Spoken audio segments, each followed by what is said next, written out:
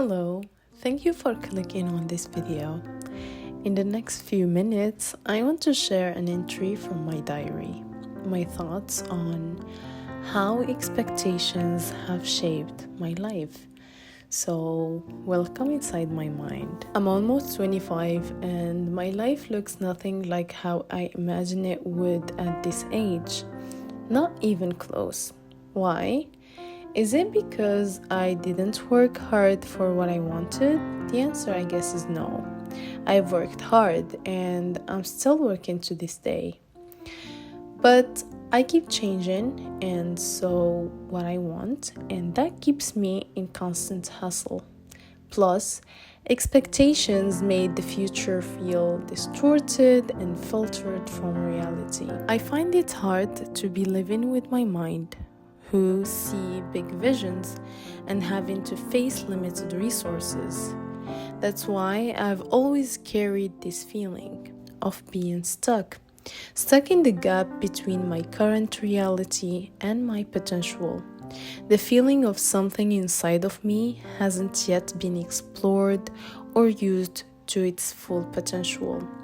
This feeling keeps me stagnant sometimes, not knowing which part of me I want to explore. At the same time, that exact feeling is what keeps me from settling. It's the same drive that pushes me to improve myself in every area, hoping that one day the feeling of being stuck will disappear. But will it?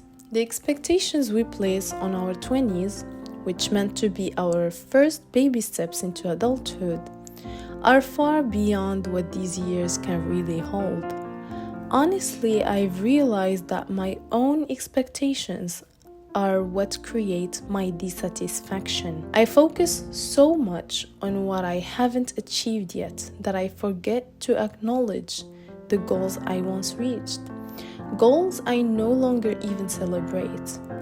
And life starts to feel like a to-do list, always waiting for the next thing. And the dualism of expectations is that they split you into two. On one side, there are the expectations placed on your shoulders by society, family, and peer pressure.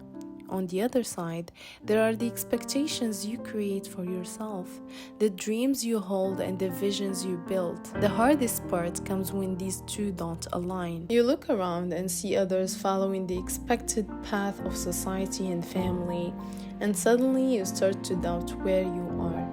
You begin questioning your own vision because the road ahead feels long and uncertain, while theirs seems clear and validated. You wonder if maybe you should have followed that predefined map of success through someone else's lens. But here's the thing. The very first step is learning to trust your own journey. You're the only one experiencing it, and that's what makes it unique. Comparison only pulls us away from what actually matters, which is nourishing our own path. Instead of comparing, what we should seek is inspiration. To find people and stories that spark something in us. Not to copy them or give us our definition of success, but to remind us that our way is just as worthy. We need to find that middle ground that allows us to enjoy life, to stop letting an unreached future steal the joy of the present. We need to focus more on becoming rather than just achieving. And the gap between where we are and where we want to be is just a good proof that we're still growing and not to feel sabotaged. I'm almost in my mid-20s and I'm still taking clumsy steps toward learning how to truly enjoy life.